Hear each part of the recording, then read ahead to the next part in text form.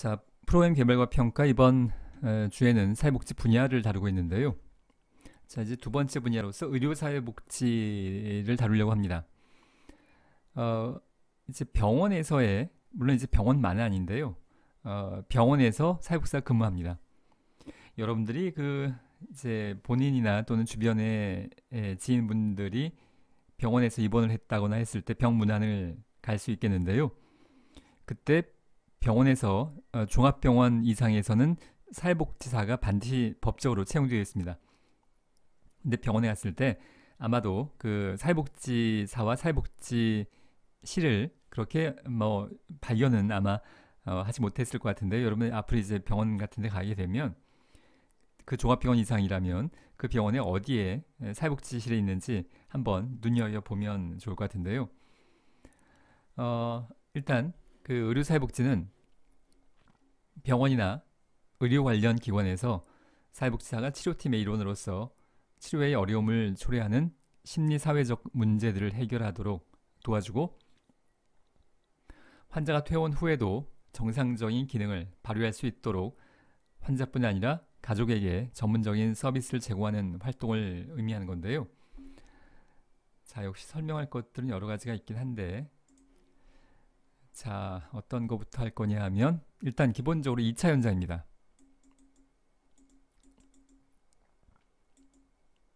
우리가 1차 현장과 2차 현장, 사회복지 현장을 이렇게 나누기도 하는데요.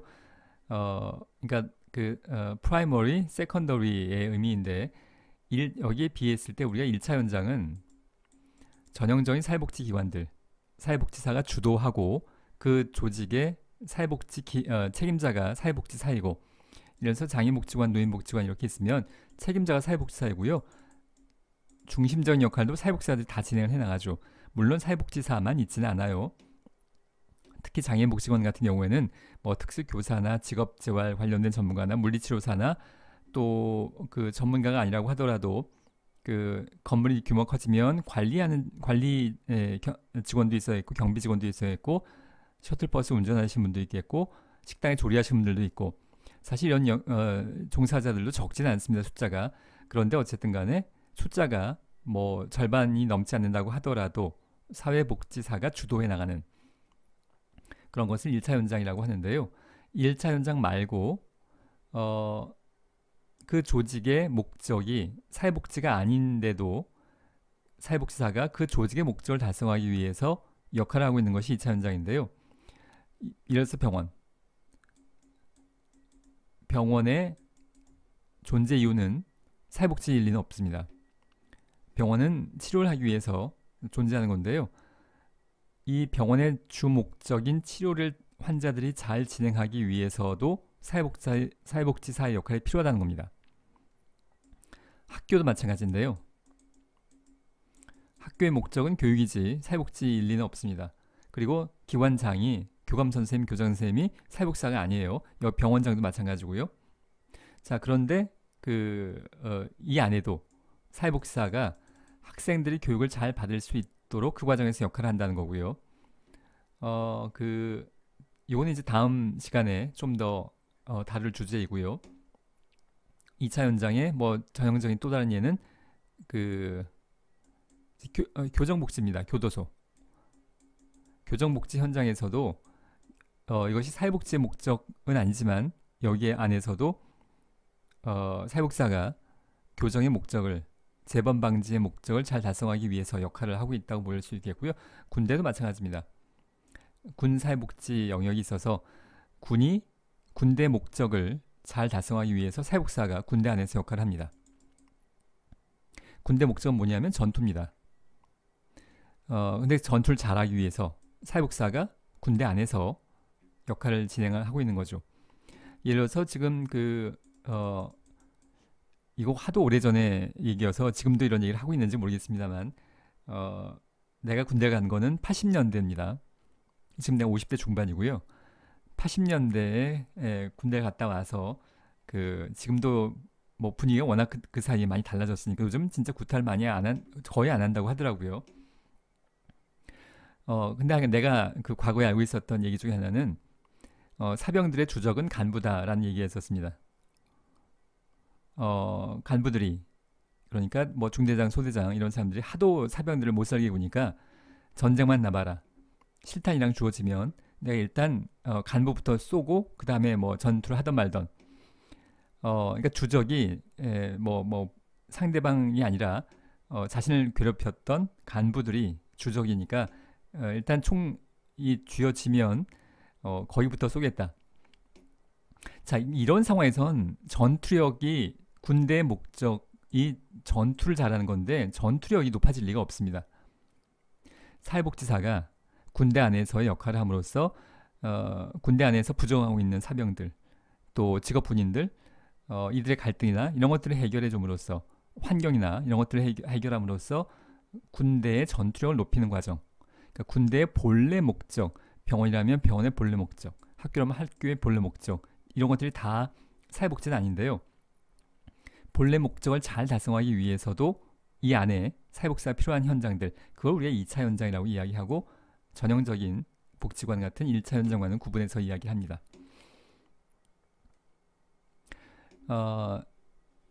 정신건강 이 명칭이 많이 바뀌었는데요. 과거에 정신보건이라고 하기도 했었는데 지금 다 정신건강인데요. 정신건강 사회복지 분야와도 상당한 차이가 있습니다. 이것은 주로 정신장애 분야를 다루는 겁니다. 그러니까 우울증이나 조현병이나 그리고 기타 관련된 정신건강, 스트레스나 자살 방지한다거나 그런 정신건강 분야도 병원과 특히 정신과 병동과 굉장히 많이 연관이 있지만 똑같은 병원을 많이 다루지만 여기는 정신관 주로 다루지 않아요. 정신적인 영역은 주로 정신건강 영역에서 다루고요. 사회복지 영역에서 이 정신건강은 이것만 가지고도 굉장히 큰 영역 중에 하나죠. 근데 보통 의료사회복지라고 한다면 병원이 관련되지만 정신건강은 별도로 보고 정신건강에 관련되지 않은 정신과를 제외한 나머지 분야를 이야기할 때가 일반적이라고 볼 수 있겠습니다. 자, 치료에서 어려움을 초래하는 심리사회적인 문제, 잠시 후에 동영상을 볼 때도 장면이 나오겠습니다만 어떤 어린아이가 병원에서 지금 장기간 입원하고 있어요. 물론 치료가 목적입니다. 치료는 의사들이 하는데요. 이 아이에게 필요한 게 치료뿐만이 아니라 지금 공부를 해야 될 나이라면 공부를 병원에서 입원해서 지금 학교를 못 나가는데 그렇다고 몇 개월, 1년, 2년씩 장기 입원하고 있는 상황에서 공부를 아주 중단할 수는 없는데 이걸 지금 의사가 간호사가 해결해 주지 않는다는 겁니다. 이런 것들 그리고 어떤 환자가 경제적인 어려움 때문에 이제 치료를 잘 못 받고 있어요. 의사가 간호사가 그런 것까지 다 해결해 주지는 않습니다. 병원 안에 사회복지사가 그런 역할을 하는 것이 그래서 그렇게 함으로써 이 환자가 병원에서 치료를 잘 받을 수 있도록 하는 것. 지금 병원이 치료비가 없어서 치료를 못 받는다거나 지금 공부를 해야 돼서 입원을 못하고 바깥에 나가서 공부를 하려고 한다거나 이런 여러 가지 상황을 이제 해결해 줌으로써 물론 정확히 말하자면 해결해 주는 것은 아니겠습니다만 사회복지 실천이 해결해 주는 건 아니어서요. 문제를 그렇긴 합니다만 병원에서는 사실 스스로 해결하기 어려운 측면이 많죠. 자, 그래서 사회복지사가 필요하다는 겁니다. 병원에서 환자들이 치료를 잘 받는 과정에서 의료적인 것 외에 심리사회적인 어려움이 있을 수 있다는 거예요. 그걸 해결하도록 도와주고 또 환자가 퇴원 후에 정상적인 기능을 발휘할 수 있도록 병원에서 퇴원한다고 해서 모든 의료적인 문제가 바로 끝나는 것은 아닐 수 있습니다. 여러 가지 재발 방지를 위한 측면들이 있을 수 있겠고 장기 입원하다가 사회로 복귀했을 때 사회 적응 과정에서의 새로운 적응 과정들이 필요할 수 있겠는데 그런 과정들을 퇴원 후 과정들을 돕는 역할을 하겠고요. 특히 장기 입원 환자의 경우에 퇴원과 관련됐을 때 퇴원 계획은 많은 병원에서 사회복지사가 중요한 역할을 합니다.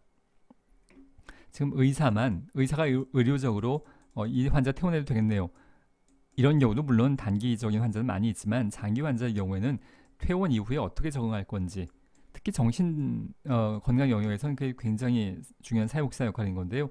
퇴원 이후에 어떻게 사회에 나가서 적응할지 이걸 의사가 신경 쓰지는 않는다는 겁니다. 자, 환자가 퇴원 후에 정상적인 기능을 발휘할 수 있도록 환자뿐만이 아니라 또 가족에게, 의사가 간호사가 가족에게까지 신경 쓰진 않죠. 가족에게 전문적인 서비스를 제공하는 활동을 의미하는 것이라고 할 수 있겠습니다. 기본적으로 병원에서만 이루어지진 않아요. 근데 주로 병원 세팅에서 역할이 제일 많고요. 의료 관련 기관에서도 역할들이 있다고 볼 수 있겠습니다. 자, 이제 동영상을 보면서 설명을 드리겠습니다.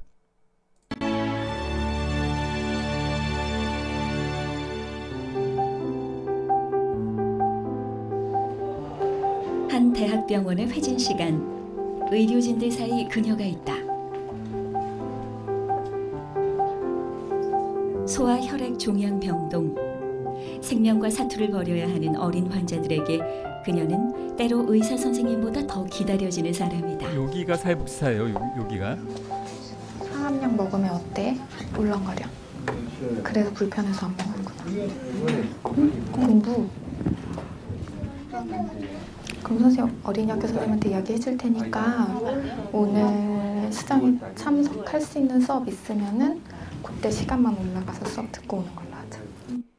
자, 지금 이 아이가 앞에서 설명을 했듯이 장기 입원을 하면서 좀 공부를 해야 될 나이인데 이걸 의사가 간호사가 해결해 주지 않는다는 겁니다.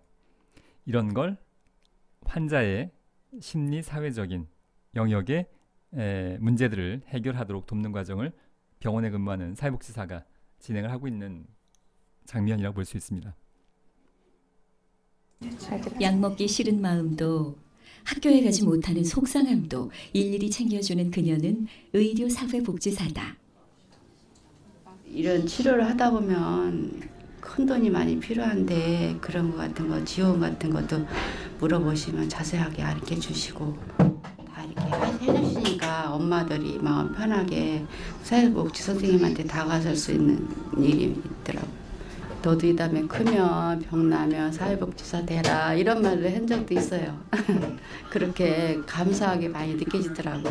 그래서 아이는 남을 도울 수 있는 직업이 참 좋다고 생각해요. 이전에 겪었던 일들이 얘한테 조금 전에도 그 치료비에 대한 문제 언급이 나왔는데요. 의료사회복지사에게 가장 많이 의뢰되어지는 도움의 요청은 치료비 감면의 부분입니다. 이제 치료비가 없어서 치료를 제대로 받지 못하는, 그게 바로 병원의 목적인 치료가 달성되기 어려운 하나의 걸림돌이 되는 상황이죠. 이 문제를 해결하는 과정에서 사회복지사가 병원 안에서의 어떤 행정적인 조치나 감면 또는 외부 자원의 연계, 이런 것들을 하게 됩니다. 그 외부 자원을 연계한다는 측면이 이 동영상의 마지막 부분에 나오니까 그때 좀 더 설명을 드리겠고요. 이 의료사회복지가 그 미국의 기준으로 보자면 굉장히 초기에 발달한 사회복지 분야 중에 하나입니다. 사회복지 초기부터 1900년대 초반부터. 그래서 그 당시로부터의 전통이 사회사업이라는 용어를 계속 사용해 왔었고, 병원 영역에서 지금은 많이 바뀌긴 했습니다만 지금도 우리가 이제 사회복지가 영어로는 소셜 웰페어가 아니라 소셜 워크인데 그 소셜 워크를 그대로 번역한 사회사업, 우리가 과거엔 다 사회사업이라고 했었죠. 저도 사회복지학과가 아니라 사회사업학과를 졸업했었습니다. 지금은 명칭이 바뀌었습니다만, 근데 병원 영역에선 여전히 사회사업이란 단어가 많이 쓰여지고 있습니다. 현재에도. 의료진들이 병을 치료하는 동안 환자와 가족들이 겪는 경제적, 심리적 어려움을 해결할 수 있도록 도와주는 것이. 자, 지금 이게 정의에 대한 내용이에요. 다시 한번 좀 보겠습니다. 얘한테 외상이 너무 커서 의료진들이 병을 치료하는 동안 환자와 가족들이 겪는 경제적, 심리적 어려움을 해결할 수 있도록 도와주는 것이 의료사회복지사의 몫이. 그래서 지금 이분들이 사회복지사들이 모인 거예요. 이거 대형 병원이니까 사회복지사가 한 명이 아니고 여러 명이 있는 건데요. 일종의 간단한 사례 회의를 하고 있는 겁니다. 우리가 사례 관리, 사례 회의라고 했을 때 그 사례는 클라이언트를 이야기하는 건데요. 케이스, 지금 어떤 특정 클라이언트에 대해서 의견을 나누고 있는 중이에요. 정보도 교환하고 의견도 나누고 해서 어떻게 하면 가장 최선의 그 서비스를 제공할 것인가에 대해서 담당했다고 혼자 결정하는 것이 아니라 팀의 다른 사회복지사들과 정보를 교환하고 또 조언을 듣고 의견을 나누면서 최선의 방안을 찾아 나가는 과정. 근데 뭐 정식 회의는 아닌 것 같고요. 간략하게 그런 의견을 나누고 있는 중이라고 볼 수 있겠습니다. 환자들이 겪는 병의 고통 말고도 그들이 감당해야 할 일이 한두 가지가 아니다. 엄마가 입원 약속서 쓸 때 전화했더니 나한테 연락하지 말라 그랬대. 최근 한 환자가 병원을 찾았다. 정말 바쁜데 여기저기가 막 종량이 검은 데가 너무 많은데 그날은 좀 쇼크했지. 일단 먼저 그 말씀을 드릴 것 중에 하나는 그 지금 앞에서도 그랬고 다음 화면도 그렇고 다음 주제에서도 그렇고 클라이언트가 여러 상황에서 등장을 하는데요. 지금 내가 활용하고 있는 이런 동영상들은 교육용으로 나오는 것이 아니고 다 일반 방송사에서 KBS든 SBS든 뭐 MBC든 EBS든 이런 방송사에서 나왔던 내용들을 이제 수집한 내용들이어서 이 클라이언트의 비밀 보장과 관련된 상황들에 대해서는 방송국에서 적절한 행정적인 처리를 이미 진행을 했을 겁니다. 그런데 다만 남아있는 문제는 뭐냐면 이 방송국의 허락을 얻진 않았어요. 제가 여러분들하고 이 동영상을 공유하겠다고 수업 목적이긴 합니다만 방송국의 허락을 따로 얻지는 않았어요. 그래서 그 문제는 남아있으니까 저작권의 문제가 있을 수 있으니까 여러분들이 이걸 너무 이제 공개적으로 얘기하면 안 됩니다. 방송국에 가서 이거 신고하시면 안 되는 겁니다. 자, 일단 이 환자의 사례를 볼 텐데요. 아니 물어보고 싶잖아요. 그래서 얼마나 사냐 뭐 이런 거 다 물어봤지. 그랬더니 뭐래 선생님이 1년 안쪽이라고 막 얘기하니까 좀 웃음이 나던데 처음엔 뭐 이러면서. 암사기라고 해갖고 1년 안쪽이라고 하니까 웃음이 나왔어. 자, 사실 하나하나 말씀을 드리자면 이게 얘기하고 싶은 것들이 굉장히 많은데 일단 이분이 간호자원봉사자인데요. 사회복지기관에서 또는 2차 현장 포함해서 1차, 2차 현장 다 포함해서 사회복지사들의 중요한 역할 중에 하나는 자원봉사자를 발굴하고 개발하고 교육하고 배치하고 관리하는 것. 어떤 현장에 가던 간에 자원봉사자의 활용 없이 사회복지사 모든 업무를 스스로 감당하는 경우는 그렇게 많지 않습니다. 전형적으로 왜냐하면 지금 일단 지역사회복지관으로 가정을 해보면요. 지역사회복지관의 사회복지사가 지금 30명의 클라이언트를 돕고 있어요. 그것이 밑반찬 서비스든 독거노인에 대해서. 근데 혼자서 할 수 있는 건 30명까지 할 수 있다면 이 사회복지사가 여기가 클라이언트고요. 자원봉사자를 보통 볼런티어 이렇게 쓰기도 하는데 30명의 자원봉사자를 개발하고 관리하고 교육하고 배치하고 뭐 이런 과정을 통해서 이 30명이 900명에게 서비스를 전달할 수 있다면 이 한 명이 각각 30명씩 사회복지사 혼자 하면 30명인데 이 30명을 통해서 900명에게 서비스를 전달할 수 있는 것. 그래서 어떤 현장이든 간에 자원봉사자를 활용하지 않는 경우가 없다고 할 정도로 사회복지사 역할 중에 하나가 자원봉사자를 관리하는 건데요. 지금 이 대형 병원 안에도 사회복지사가 몇 명인지는 정확히 모르겠습니다만 5명이 있다고 가정했을 때 여기에 워낙 대형 병원이니까 500명이 입원해 있다고 한다면 100명씩을 인텐시브하게 관리하긴 서비스를 제공하기는 어려울 겁니다. 자원봉사자를 통해서 자원봉사자 100명을 통해서 그 100명이 500명을 도울 수 있다면 훨씬 더 많은 환자들에게 더 많은 서비스를 제공할 수 있기 때문에 어떤 현장에서든 병원에서도 이렇게 자원봉사자를 활용을 합니다. 사회복지사가 이 환자 한 명을 위해서 매일매일 와서 몇 시간씩을 투입할 수는 없어요. 이 큰 병원에서 이 자원봉사자가 많은 역할을 하고 있는 것이라고 볼 수 있겠고요.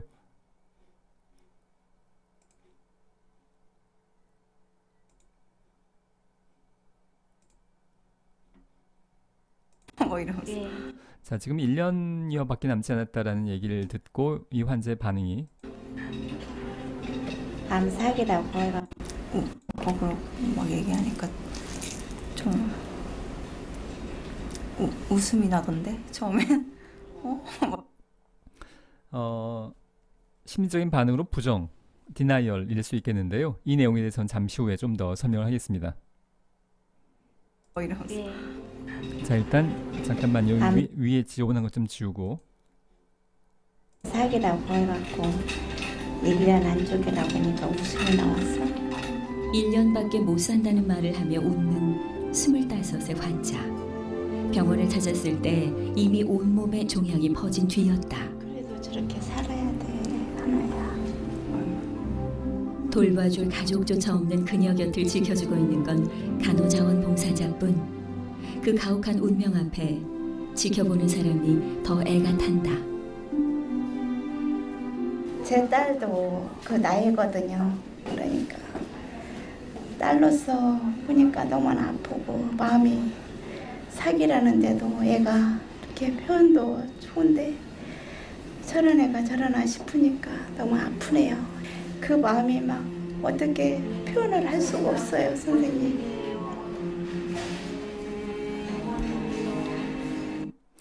그 앞으로 이제 특강 주제로서 관계 형성에 대해서 별도로 시간을 가질 텐데요. 지금 이분이 느끼고 있는 것이 감정이입, 공감의 의미여서 이거 앞으로 더 자세히 할 겁니다만 뭐 예습의 의미로서 간략히만 말하자면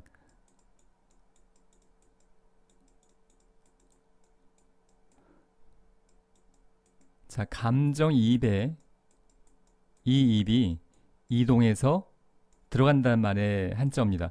우리가 공감이란 말을 감정이입과 동의어로 쓰고 있는데요. 감정이 이동해서 들어간다는 뜻입니다. 자, 이거 앞으로 더 자세히 할 거래요. 우선 너무 자세히 할 수는 없겠는데요. 지금 이분이 느끼고 있는 게 이 환자의 마음속으로 이동해서 들어가서 그 환자가 느끼고 있는 고통을 함께 느끼는 것. 그게 공감의 의미죠. 함께 공통적으로 느낀다라는 건데요. 지금 이분이 아프지 않고요. 이분의 딸이 아픈 것도 아니에요. 근데 자원봉사를 하고 있는 이 어떤 환자가 아픈 거에 대해서 함께 마음 아파하고 있는 겁니다. 그게 감정이입의 의미인데 관계 형성 부분에서 다른 주제로 더 자세히 할 시간이 있겠습니다. 혼자 병원을 찾은 그녀를 입원해서 치료까지 줄곧 챙겨주고 있는 사람은 이인은 씨. 마음 좋은 간병인을 수소문해 준 것도 그녀였다. 하나 안녕. 배 아프시거나 훈련소 엄청 자세히 써주셨네. 예고도 없이 사망 선고를 받은 이 젊은 환자에게 상황을 어떻게 설명해야 하나 고민이 많았던 이인은 씨. 소견서 읽어봤더니 어때? 무시무시하게 생각보다는 적혔던데. 안 좋게 좋겠네 이랬지. 하나가 지금 이걸 보고 사실은 정상적이라는 충격을 받아야 되는 상황인데. 근데 충격이 근데 저는 딴 사람보다 그렇게 많이 오는 것 같진 않아요. 왜 그럴까요? 몰라요? 충격이 아니진 않은데 그렇게 막 그렇지도 않은데. 엄마 같으시네. 그래 이런 걸 어떻게 일을 하시겠나. 정말로 웬일이야. 나보다 걱정인데. 담담히 웃고 있는 모습이 오히려 자꾸 마음에 걸린다. 자, 지금 담담히 웃고 있는 것이 오히려 마음에 걸린다라고 나레이션이 이제 표현하고 있는데요. 물론 사회복지사의 입장을 나레이션으로 만든 것일 텐데, 자, 이 상황을 담담히 받아들이면 좋은 거 아닌가라고 생각할 수도 있겠습니다만, 이 사회복지사는 그렇게 이 상황을 바라보고 있지 않아요. 사실은 객관적인 정보는 다 알고 있음에도 불구하고 내용은 그렇지만 자기는 나을 수 있다. 희망을 갖는 모습들을 보여줘서 사실 굉장히 좀 혼란스럽고 마음이 좀 아프네요. 지금 알고 있는 상태, 그래 너 좋게 잘 생각하고 만약에 힘들면 나하고 같이 이야기 나눌 수 있는 부분이다 정도의 이렇게 개입이 더 중요한 것 같아요. 자, 다시 앞으로 좀 돌아가 보면요.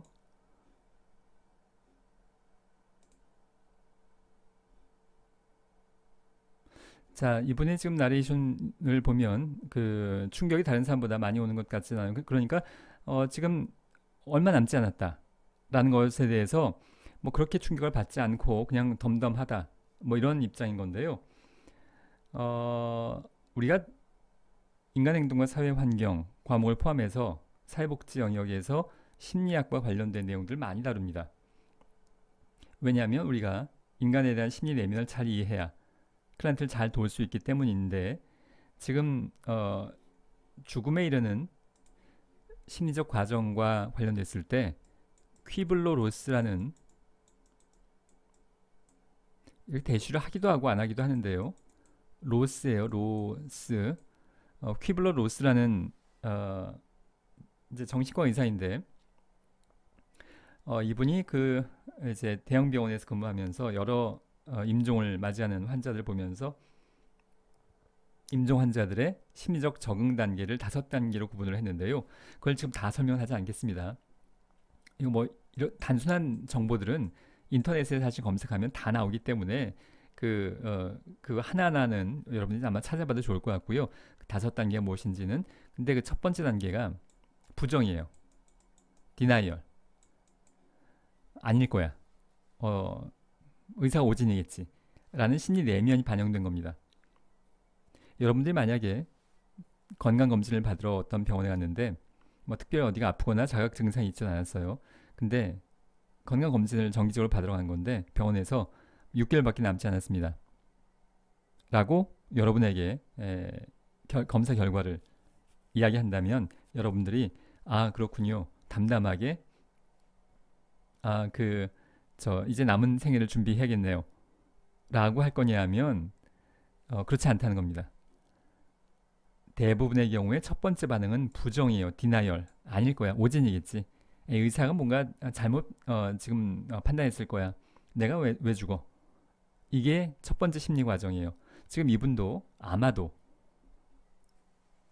자신의 죽음에 대해서 이 상황을 있는 그대로 받아들이는 것 같지는 않아 보입니다. 이게 참 하고 싶은 얘기가 너무 많아서 대전제 조건은 뭐냐면 우리는 심리 내면에 대해서 잘 몰라요. 지금 우리가 이분의 심리 내면의 상황이 죽음에 대해서 받아들이지 않는 부정, 디나이얼, 아닐 거야 라는 상황이라고 가정하고 추정하는 거지 그렇다고 단정하는 것은 아니에요. 우리는 기본적으로 인간 심리 내면에 대해서 정확히 알 방법이 현재 없습니다. 현재 21세기 인류의 지식과 기술로는 뇌에, 사실 우리가 마음을 가슴으로 많이 표현합니다만 뇌에서 일어나는 일이죠. 이 뇌에서 일어나는 일들에 대해서 우리는 아직 잘 몰라요. 사회복지만 모르는 게 아니라 다른 모든 분야에서 이 얘기도 하자면 자꾸 길어지는데 정신과 의사들도 정확히 모르고요. 사회현상, 인간의 심리가 모인 사회현상에서 가장 계량화, 과학적 예측에 앞장서 있는 분야는 경제학입니다. 그래서 경제학은 2차 함수를 포함한 고급 수학을 모르면 전공을 할 수가 없어요. 그런 만큼 사회과학 분야에서 가장 앞서 있는데, 그렇다고 해서 경제학자들이 사회현상을 예측하고 분석하는데 굉장히 뛰어난 능력을 보이냐면 경제학자들이 주식을 예측해서 돈 벌었다는 얘기는 들어본 적이 없습니다. 경제적 현상에 대해서 정확히 예측할 수 있다면 결국 주식도 사람의 심리가 포함되어 있는 건데요. 그것을 정확하게 예측할 수 있다면 경제학자들이 돈을 제일 많이 벌겠지만 현실은 전혀 그렇지 않습니다. 자, 이런 얘기를 하는 이유는 뭐냐면 우리는 심리 내면에 대해서 도대체 우리의 뇌 속에서 어떤 일이 벌어지는지를 21세기 현재에도 우리의 현재 과학기술로는 아는 바가 극히 미미하다가 대전제 조건이에요. 다만 그렇다고 해서 우리가 할 일을 포기하고 심리 내면을 우리가 잘 모르니까 일단 포기하고 그냥 뭐 덮어두자, 그럴 수는 없다는 거고요. 최대한 우리가 할 수 있는 노력을 하는 것. 그 과정 중에 하나가 퀴블러-로슨 학자의 분석과 심리적 단계를 적용해서 추정해보고 해석해보는 것이지 완벽하게 이분이 부정일 거다라고 단정짓고 다른 가능성은 없다라고 확정하는 건 대단히 위험하다는 겁니다. 우리는 추정하고 있는 거예요. 가능성을 가지고 그 전제 조건을 가지고 이야기하는 겁니다. 자, 근데 그 가능성을 가지고 봤을 때 이분은 부정의 상태 아닐 거야 의 단계에 머물러 있는 게 아닌가라고 생각이 될 수도 있겠고요. 제가 이런 동영상을 가지고 그 오프라인에서 뭐 토론을 한다거나 의견을 주고받는 과정에서 아주 간혹 나오는 의견 중에 하나는 이분이 지금 이렇게 죽음에 대해서 나을 수 있다라고 생각을 하고 있는 건 이건 긍정적인 거 아닌가? 라고 생각을 하고요. 오히려 의사가 사회복지사가 지금 이 환자에게 나을 수 있다는 희망을 불어넣어줘야 되는 게 그게 사회복지사 역할이 아닌가? 라고 의견을 내시는 분들이 있는데요. 지금 이 동영상의 상황만으로 놓고 봤을 때 내가 이 상황의 사회복지사라면 적절치 않아 보입니다. 그냥 우리가 아주 일반적으로 환자가 나을 수 있다는 희망을 불어넣어줘야 그거 좋은 거 아니겠는가. 그게 가능하다면 그럴 수 있겠지만 자, 이분이 실제로 6개월밖에 남지 않았다고 가정을 해보면 6개월 후에 지금 사망을 했어요. 사망을 하는데 그 전날까지 여기 딱 직전까지 나을 수 있어. 희망을 갖고 살다가 6개월 지나서 사망을 했어요. 이게 과연 가장 바람직한 최선의 그 생을 마감하는 과정이겠느냐에 의문점을 가지는 겁니다. 이 남은 6개월은 굉장히 소중한 기간일 수 있어요. 이 6개월 동안에 자신의 죽음을 받아들이고 삶을 정리할 수 있는 소중한 기회를 그냥 매일처럼 평소처럼 별일 없이 하루하루 이렇게 보내다가 나을 수 있어 하다가 사망한다면 이건 적절치 않아 보입니다. 사회복지사로서 최선의 서비스를 제공한다는 말의 의미는 이 남은 기간 동안에 죽음을 준비하고 삶을 정리할 수 있는 그러한 기회를 가질 수 있도록 돕는 것이 가장 최선일 수 있는데 물론 딱 정답은 없어요. 우리가 인간의 문제를 6개월 후의 일을 그럼 사망한다고 단정할 수 있냐? 물론 없습니다. 의사의 오진일 수 있냐면 물론 오진일 수 있어요. 그런데 가능성으로 보자면 오진이 아니라 이분이 이 환자의 심리 상태가 부정일 가능성이 훨씬 높죠. 의사가 오진의 가능성이 있지만 확률을 보자면 퀴블로스의 연구에 의하면 많은 환자들이 공통적으로 죽음에 대해서 나는 아닐 거야, 괜찮을 거야 라고 생각하는 부정의 단계의 가능성으로 보자면 훨씬 높다고 할 수 있겠고요. 지금 이 상황에서의 사회복지사가 우려하고 있는 바도 이 환자의 심리 상태가 지금 부정에 머물러 있는 것이 아니겠는가. 충격을 받아야 되는데 충격을 받지 않고 그런 것에 대해서 지금 우려를 하고 있는 상황이라고 할 수 있겠습니다.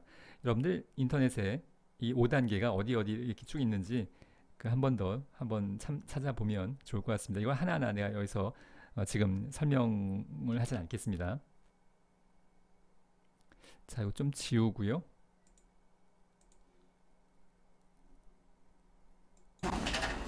자, 그런 건 좀 다시 한번 쭉 보기 바랍니다. 왜 그럴까요? 몰라요? 충격이 아니진 않은데 그렇게 막 그렇지도 않은데.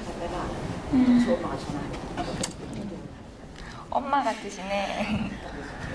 그래 항상 이런 걸 어떻게 일을 하시겠나. 정말로 웬일이야. 이것도 그 심리적인 용어로는 개념으로는 객관화라고 하는데 반드시 긍정적인 의미가 아니고요.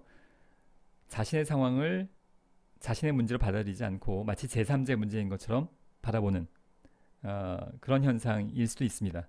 가능성이에요. 나보다 걱정인데. 담담히 웃고 있는 모습이 오히려 자꾸 마음에 걸린다. 사실은 객관적인 정보는 다 알고 있음에도 불구하고 내용은 그렇지만 자기는 나을 수 있다.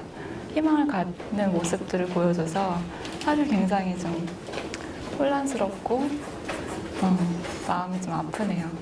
지금 알고 있는 상태 그래 너 좋게 잘 생각하고 만약에 힘들면 나하고 같이 이야기 나눌 수 있는 부분이다 정도의 개입이 더 중요한 것 같아요. 우선 포기하지 않고 치료를 받을 수 있도록 비용을 마련하는 일이 급하다. 기초수급 대상자인 아버지는 도움을 줄 여력이 없고 치료를 자, 요 장면을 좀 설명을 하겠는데요. 경제적인 지원을 한다라는 것이 꼭 병원 안에 재원, 이렇게 대형 병원이라면 병원 안에도 재원이 있겠습니다만 그것만 가지고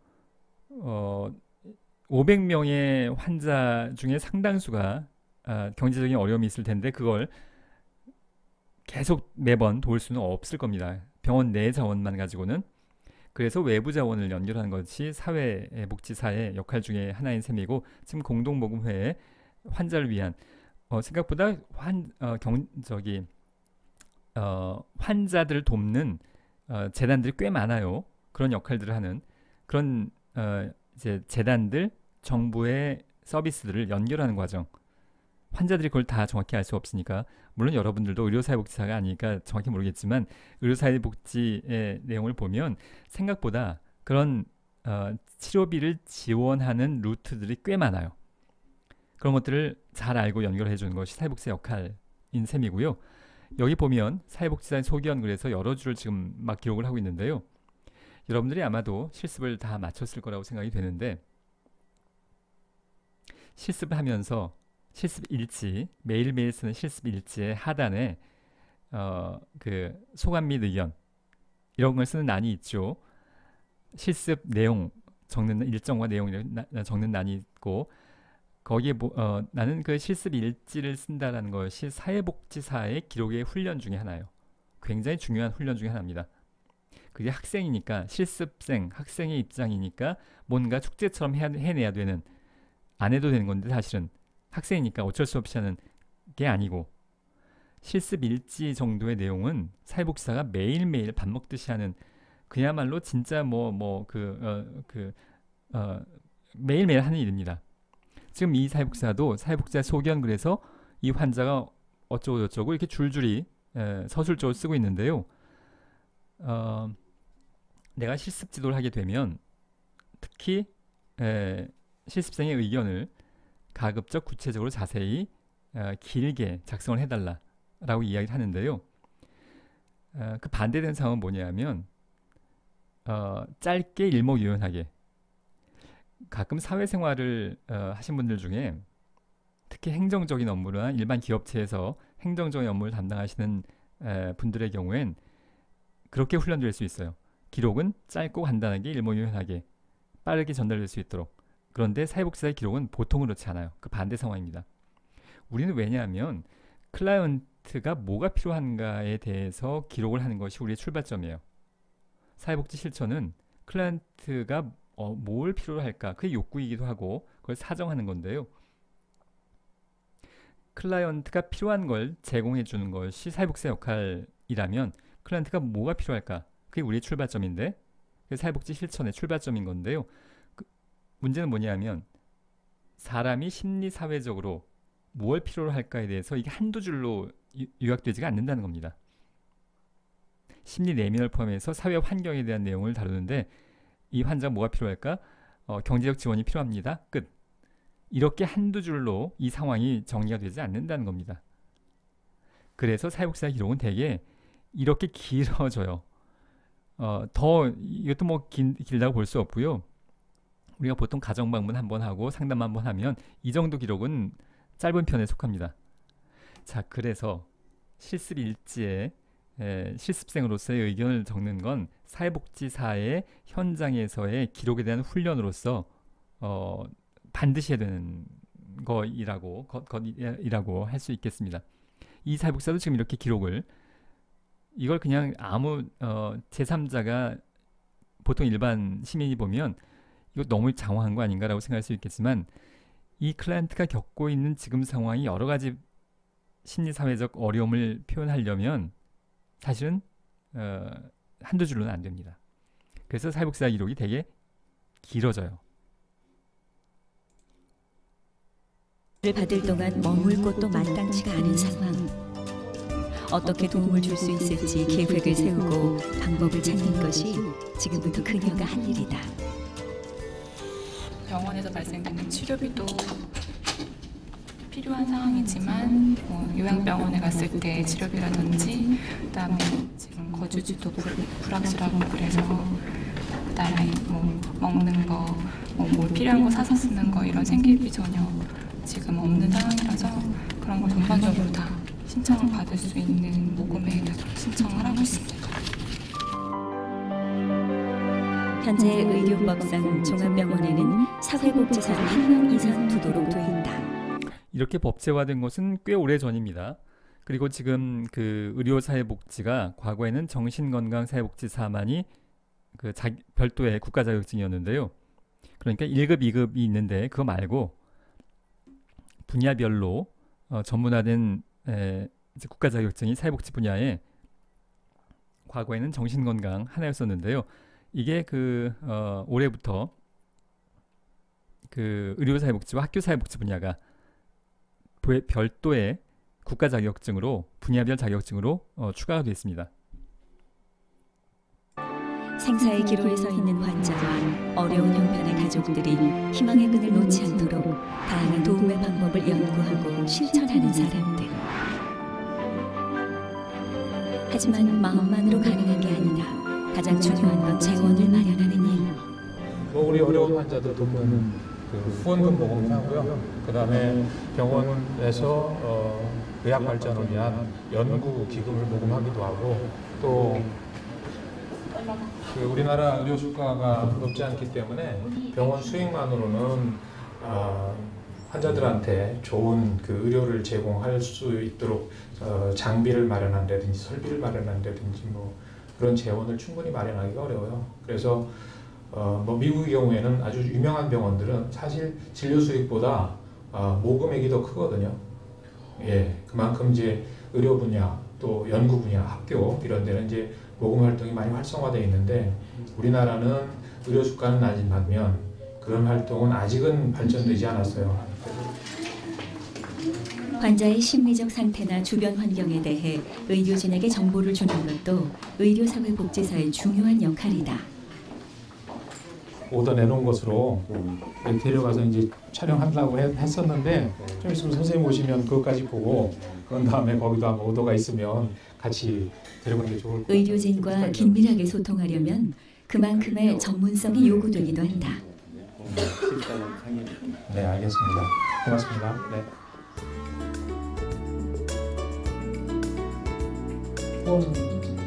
전문성을 갖춘 사회복지사가 의료 현장에 있는 한 돈이 없어 치료를 받지 못했다는 말은 이야기책이나 나오는 옛일이 될 거라고 사회복지사들은 믿고 있다. 그런 방향으로 있었습니다. 사회복지사의 역할이 점점 커지고 있습니다. 그래서 의료라는 것이 존재하는 것 자체가 그런 질병에 시달리고 어려운 사람들을 도와주기 위해서 생겼다고 볼 수 있기 때문에 병원에 있어서 치료하는 것뿐만 아니라 그런 어려운 사람들에게 나눔을 줄 수 있는 그런 행복을 드리기 위해서는 이런 사회복지사의 역할이 제일 크다고 볼 수 있기 때문에 반드시 필요하다고 봅니다. 서류 준비하느라 정신이 없던 이인은 씨. 간절한 마음을 담아 모금방송 신청서를 접수했다. 어떨 것 같냐면 열과 성의를 다해서 작성했기 때문에 잘 될 거예요.